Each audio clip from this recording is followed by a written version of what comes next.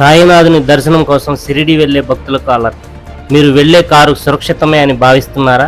అయితే మీరు ఈ వార్త చూడాల్సిందే. షిరిడిలోని అత్యంత రద్దీగా ఉండే విఐపి గేట్ నంబర్ 2 వద్ద జరిగిన ఒక హైటెక్ దొంగతనం ఇప్పుడు అందరినీ భయపెడుతోంది. ఎటువంటి శబ్దం లేకుండా కేవలం ఒక కెమికల్ వాడి కారు అద్దాలను పగలగొట్టి నిమిషాల్లో నగదు మాయం చేశారు కేటుగాళ్లు. అసలు ఏం జరిగిందో ఇప్పుడు చూద్దాం. వీడియోని తప్పకుండా లైక్ చేయండి. మరిన్ని అప్డేట్స్ కోసం సబ్స్క్రైబ్ చేసుకోండి. లైక్ చేయడం వల్ల మరింత మందికి ఇన్ఫర్మేషన్ చేరుతుంది. వివరాల్లోకి వెళ్దాం.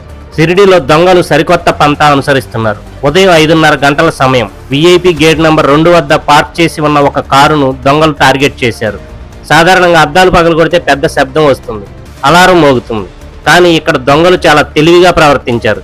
కారు అద్దంపై ఒక రకమైన రసాయనాన్ని విసిరారు. ఆ రసాయన చర్య వల్ల కొద్దిసేపటికే ఆ అద్దం ఎటువంటి పెద్ద శబ్దం లేకుండా కేవలం ఒక చిన్న చిటపట శబ్దంతో ముక్కలైపోయింది. అద్దం పగిలిన వెంటనే దొంగ లోపలికి ప్రవేశించి సీటుపై ఉన్న నగదుతో కూడిన బ్యాగ్ను తీసుకుని పరారయ్యాడు. పక్కనే జనం ఉన్న ఆ చిన్న శబ్దాన్ని ఎవరూ గమనించలేకపోయారు. ఈ ఘటన భక్తులను తీవ్ర దిగ్భ్రాంతికి గురిచేస్తోంది.